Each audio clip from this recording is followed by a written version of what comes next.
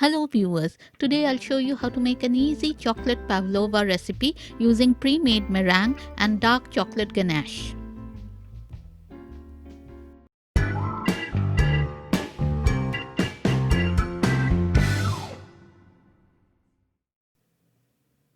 For this recipe, I'll be using a shop-bought very pretty meringue for my pavlova base, some homemade dark chocolate ganache, and some grapes, blueberries, kiwi fruit and strawberries. Let's begin by putting the dark chocolate ganache into the meringue base. Spread it around in the little hollow like I'm doing here.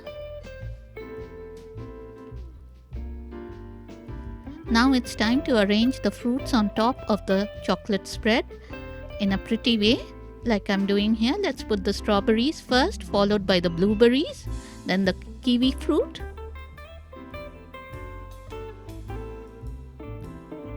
and finally the grapes.